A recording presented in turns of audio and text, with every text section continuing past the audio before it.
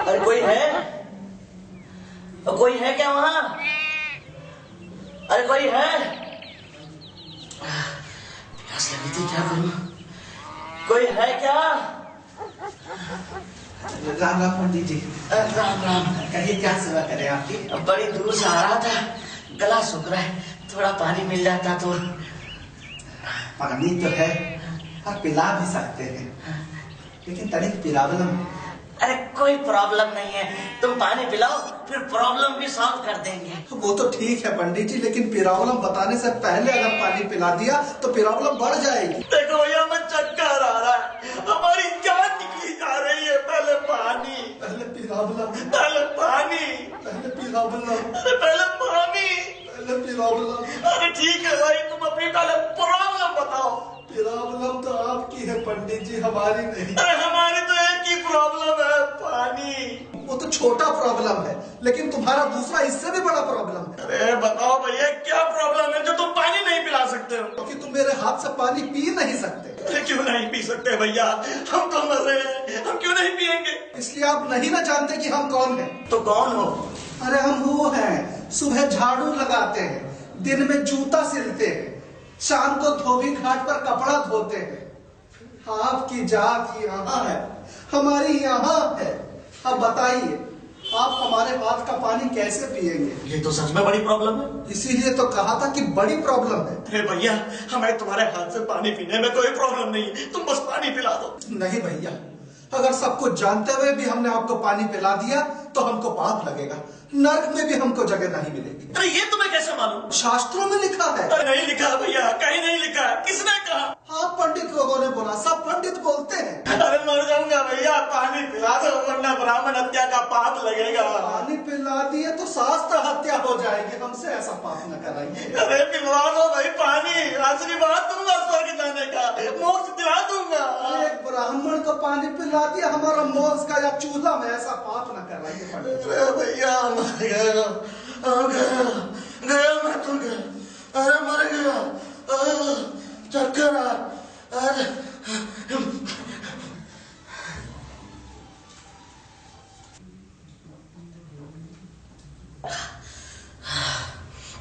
अब जाने जाना है भाई, तुम्हारा कोटि कोटि धन्यवाद जो तुमने मेरी जान बचा दी। ये तो हमारा फर्ज था पंडित जी, लेकिन ये फर्क तो आप में और हम में हमेशा रहेगा।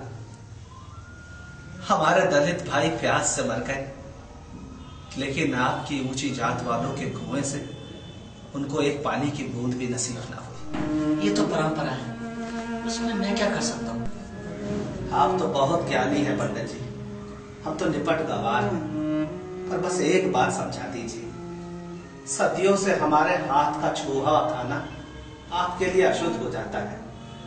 हमारा छुआ हुआ पानी भी आप ग्रहण नहीं करते, ऐसा कार है हमारे हाथों में। भैया ये तो मैं नहीं जानता, पुरानी प्रथा है। प्रथा, सती प्रथा भी तो थी, लेकिन जब आप लोगों ने अपनी लड़कियां जलती हुई देखी तो बदल गई प्रथा।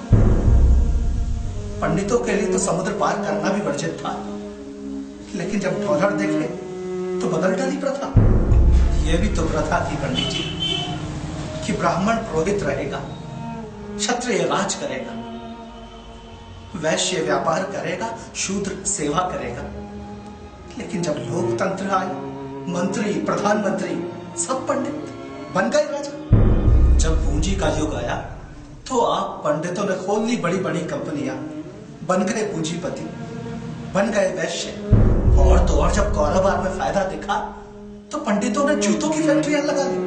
हम जूता बनाए तो छोटे आदमी, वो जूता बनाए तो बड़े गए आदमी। बात जमी नहीं पंडित जी, अपने लिए तो प्रथा बदलते थे और हम दलितों के लिए तो कभी प्रथा नहीं बदली। अब समाज का ढांचा ही ऐसा है, समाज के ढांचे का क्या कर सकते? तो फिर तोड़ दो ना ऐसा ढांचा पंडित जी। ढांचा बनाने वाले तुम, तोड़ने वाले तुम। तो एक बार हम नीच जात वालों के लिए इस ढांचे को बदल दो पंडित जी। ये तो मेरे हाथ में नहीं है, ये सब तो बड़े बड़े शास्त्रों और धार्मिक किताबों में लिखा है। लोग कहते हैं कि तुलसीदास जैसे विद्वान ने कहीं लिखा है, ढोल गवार शूद्र पशु नारी ये सब ताड़न के अधिकारी। लेकिन तुलसीदास जी को क्या ये भान नहीं हुआ कि ढोल को तो पीटा जा सकता है, उसे कोई चोट नहीं लगती, लेकिन हम तो इंसान हैं, मनुष्य हैं, प्राणवान हैं, चोट लगने पर हमें भी दर्द होता है। तो क्या आपको भी ऐसा लगता है कि तुलसीदास जी ने जो कहा वो सच है? जिस तुलसीदास ने राम जैसे महान चरित्र को लिखा, राम जैसे महान आदर्श को लिखा, मुझे नहीं लगता कि तुलसीदास जी ऐसा लिख सकते हैं। और अगर ये पंक्तियां तुलसीदास ने ही लिखी हो तो मैं ये कहूंगा कि मुझे तुलसीदास जी के ज्ञान में संदेह है।